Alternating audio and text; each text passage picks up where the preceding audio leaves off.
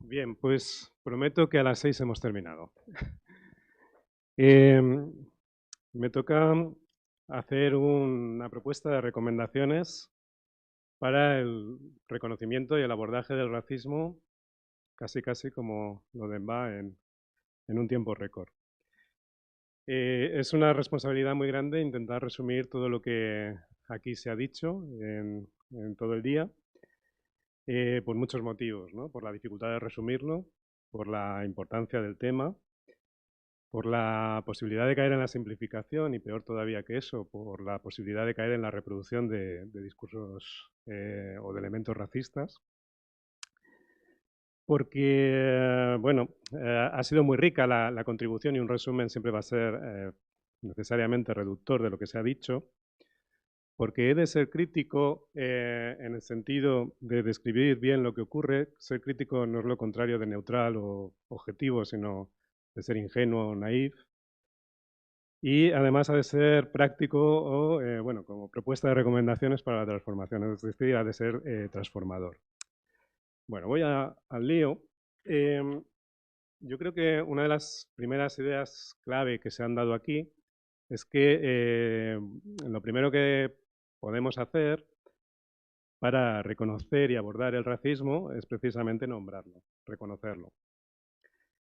El racismo, como palabra igual, quizás se quede corta, porque hemos visto que se entiende de formas a veces naif, ¿no? Como comentaba hace un momento. Es reconocer el racismo como una forma de dominación, de poder, de control, de eliminar oportunidades a las personas. O dicho más claramente, de hacer daño a las personas.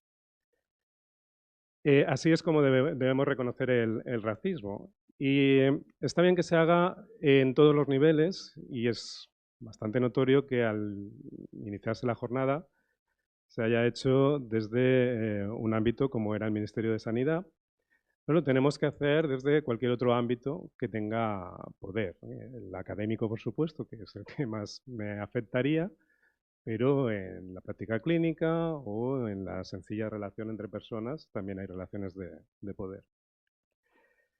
Em, ¿Por qué? Porque es importante nombrarlo, porque lo primero que ocurre con el racismo es que se niega, se invisibiliza, se oculta. Cada vez que alguien habla de racismo, la primera que recibe es la negación del racismo, ¿no? Se hace, se informa, o se le dice, no, eso no es racismo, puede ser que estés exagerando, etc. En otras ocasiones lo que se hace es desplazar el problema, ¿no? Se habla, por ejemplo, se ha comentado del problema migratorio. Bien, bueno, el problema es el racismo. Eh, Dubois hace ya más de un siglo nos decía el problema del siglo XX, y ya se ha extendido al siglo XXI, es el problema de la línea de color. Y esa línea de color es una línea de color establecida por la población que tiene el poder para establecer la línea de color. Que la transforma en prejuicios, estereotipos y acciones que discriminan, acciones, como digo, para decirlo más claramente, que hacen daño a otras personas. Entonces, se ha comentado que para hacer visible el racismo, una de las cosas necesarias es datos, información. Yo diría que no únicamente la cuantitativa, que es la que solemos pensar, sino también cualitativa. Se ha visto que en el caso del continente europeo hay una clara carencia de información y de datos, y en otros países, sin embargo, sí que existe más producción de datos. El Reino Unido es un buen ejemplo de producción de datos, también los Estados Unidos o Canadá, pero vemos también, por los ejemplos que estoy dando, que producir datos no es suficiente para acabar con el racismo. Es decir, es una condición que podríamos considerar necesaria, pero no es suficiente. ¿Por qué? Yo creo que se han dado aquí algunas claves. No se trata solo de cuantificar los hechos, sino de explicarlos, el how que tanto insistía en la presentación Stephanie. De dar información sobre el proceso que produce esos datos. ¿Qué es lo que explica que se den esos datos? También se ha comentado que a veces hay formas de visibilización, Nuja, por ejemplo, comentaba, que son estigmatizantes. O sea, no es solo dar a conocer, sino dar a conocer de una forma que no sea estigmatizante e insistiendo en que lo necesario es conocer sobre los procesos, sobre su complejidad. Hemos hablado mucho de interseccionalidad también. Por cada concepto de estos necesitaría minutos como los de EMBA. Bien, em, ¿por qué hay que reconocer el racismo? Bueno, porque es muy importante. Es importante, es un fenómeno tan extendido que puede afectar incluso, se ha comentado, hasta a las personas con privilegios. A las personas, hemos visto, racializadas que desarrollan profesiones sanitarias, les puede afectar este fenómeno y, por supuesto, también a las personas que no tienen ningún tipo de poder, en este caso, profesional. Hemos visto que es algo que afecta a la morbilidad y mortalidad, tiene que ver con la calidad y acceso a los servicios. Y bueno, es un fenómeno que podría decirse que es casi total. Además, este proceso de racialización puede llegar incluso a ser explicado o producido por las propias instituciones. Se ha descrito de forma muy gráfica, perdón, que la propia ley de salud es una forma de racialización, al distinguir entre grupos de población.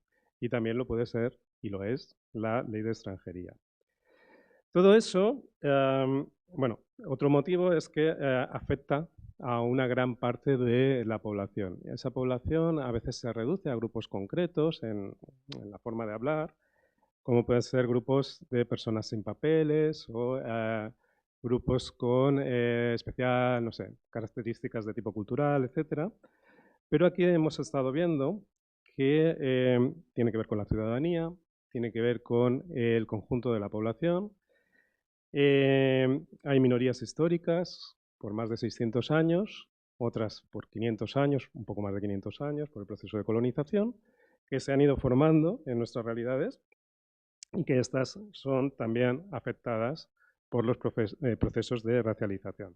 A veces se liga a la migración, pero habría que decir que cualquier persona migrante podría ser, pienso yo, que en algún momento deje de serlo. Es decir, viajó un día y a partir de ese día, en algún momento, dejará de ser migrante porque, de hecho, ya no está migrando. Por tanto, es otro motivo para ampliar el concepto hacia más personas de las que habitualmente se consideran como víctimas de este problema.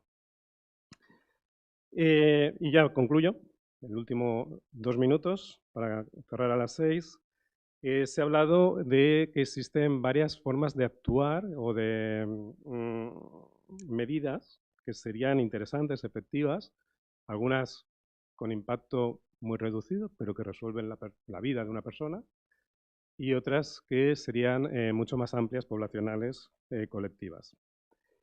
Creo que ha quedado muy claro en todas las intervenciones que un punto de partida evidente es la universalidad en la atención a la salud real. La inclusión completa de toda la población en el sistema de salud. Otro elemento clave o línea de actuación, aquí concretar me cuesta más en poco tiempo, es todo aquello que desmonte los procesos que dan poder a unos grupos de población sobre otros. Se ha hablado de situaciones concretas en las que se han aplicado mecanismos que han servido para resolver problemas de acceso al sistema de salud de grupos poblacionales muy grandes. El caso clarísimo, ¿no?, es el de los permisos de residencia y de trabajo que se produjeron cuando se dio la acogida de la población ucraniana. Bueno, hemos hablado de que es un proceso estructural, histórico, cultural, etcétera, pero también hemos visto que es un proceso interpersonal y que las relaciones interpersonales cuentan. No estoy poniendo uno por encima del otro, estoy diciendo que ambos son importantes y que cada uno desde su ámbito de posibilidad puede intervenir en unos o en otros. Hemos visto la importancia de los movimientos sociales y de las asociaciones, todo el trabajo que realizan. Hemos visto la importancia de las actuaciones desde el propio sistema de salud que pueden ser transformadoras. Se han dado algunos ejemplos. Hemos visto, bien, que la voluntariedad incluso del profesional puede resolver muchas situaciones particulares, si bien también hay que trabajar en el aspecto de transformación de toda la institución, en el aspecto normativo. Las leyes hemos visto que son importantes. Bueno, esta reconstrucción año a año, ¿no?, que nos ha hecho Xavier del proceso en el caso particular de la Comunidad Autónoma Vasca, pero en otros lugares exactamente, bueno, no igual, pero con situaciones muy parecidas.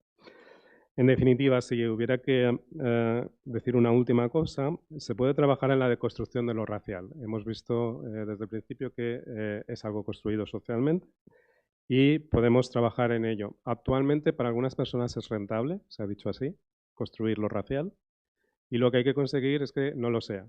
No lo sea. Que ser racista, por ejemplo, tenga sus consecuencias, deje de ser rentable.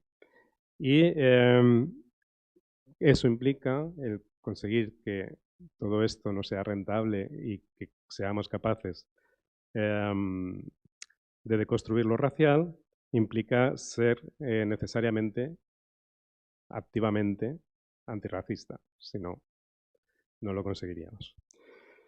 Y bueno, disculpar todos los sesgos, omisiones, reinterpretaciones que he hecho en este resumen, lo he intentado, pero me lo habéis puesto dificilísimo. Ha sido muy rico. Muchas gracias por todas las intervenciones que habéis hecho a lo largo del día. A vosotros.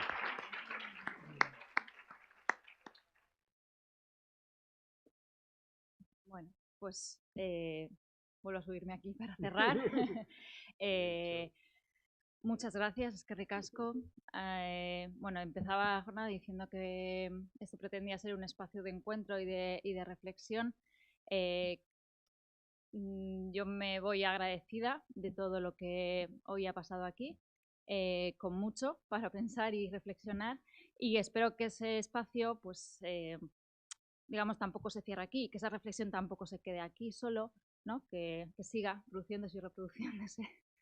Y que volvamos a encontrarnos y vayamos también cogiendo un poco el mensaje último de Xavier, pensando en dar pasos adelante, ¿no? Y reforzándonos en ese optimismo que necesitamos para que las cosas sigan y vayan a mejor. Así que es que ricasco y hasta la próxima.